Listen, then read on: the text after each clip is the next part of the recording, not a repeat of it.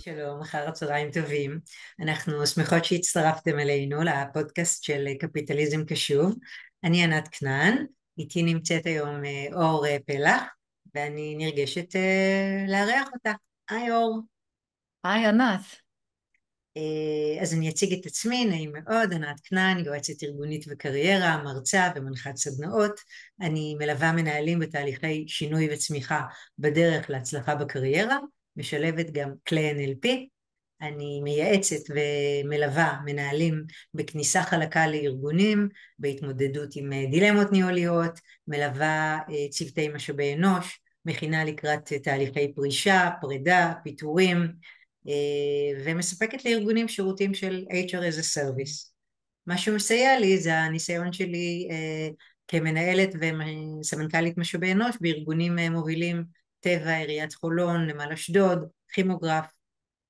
ונמצאת איתי כאן אור פלח, יזמת סדרתית, עוסקת בחדשנות טכנולוגית ובבינה מלאכותית, מייסדת ומנכ"ל בי רלוונט, מעבירה הרצאות, הדרכות וסדנאות לעובדים ומנהלים על שילוב של כלי AI בתהליכי עבודה. לאור יש פודקאסט בי רלוונט, עוזר לאנשים להישאר רלוונטיים כשמו בעולם העבודה המשתנה בעידן של הבינה המלאכותית, ויש לה מיזם של 10 דקות למידה של AI בו היא מלמדת איך עובדים עם כלי AI השונים. מרתק אור, עוד לפני שהתחלנו. כן, אז מאוד. העולם הזה בכלל הוא מרתק. נכון, עולם חדשני, מדי יום אנחנו שומעות על חידושים, אז כיף לארח אותך כאן. פעם אחרונה את אירחת אותי בפודקאסט שלך, אז נכון, התחלפנו בתפקידים הפעם. לגמרי. אז על מה נדבר היום?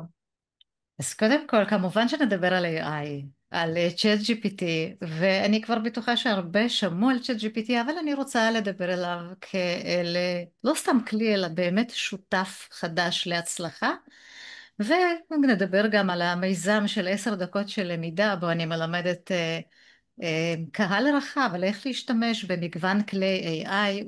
המיזם הזה נולד בתחילת המלחמה שהתחילה בשביעי לאוקטובר, והוא רץ עד היום בכל יום ראשון ב8 בערב במשך 10 דקות כל מפגש. אז אני עוקבת, אני מזמינה גם אתכם לעקוב, וגם להיות איתנו פה בקפיטליזם קשוב, שבעבר התארחתי והיום אני מארחת, וזו שרשרת 555 שהיא מרתקת, שומעים כאן סיפורים שונים ומעניינים. ואנחנו יכולות להמשיך קדימה, ואור, אני אשמח לשמוע איך הגעת לתחום הבינה המלאכותית.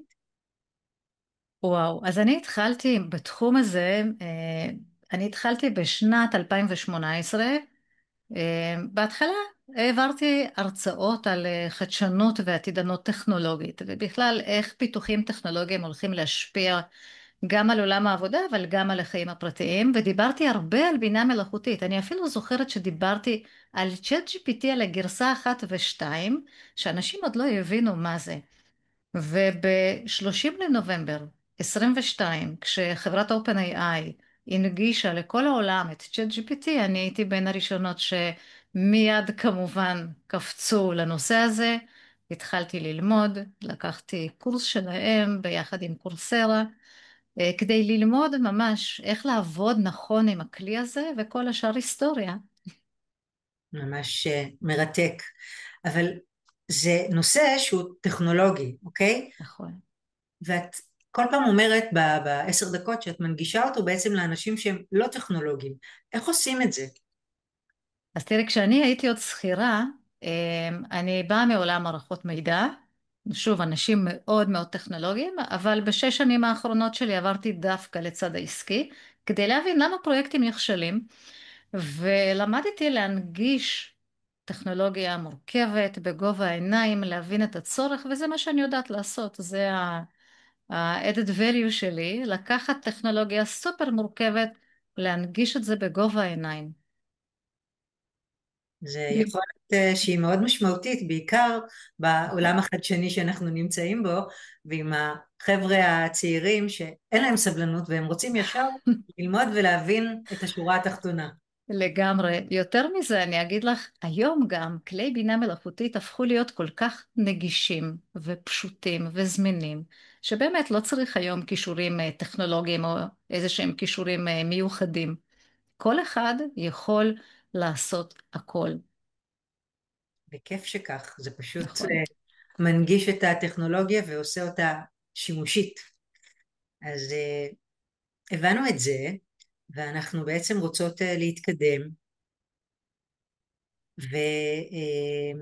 וכשדיברנו בשיחה המקדימה שלנו, דיברת על הבדל בין בינה מלאכותית לרגילה לבינה ג'נרטיבית נכון. כהגדרתך. אז אני אשמח אם תסבירי את זה גם כאן לכולנו. כן, אז תראי, בינה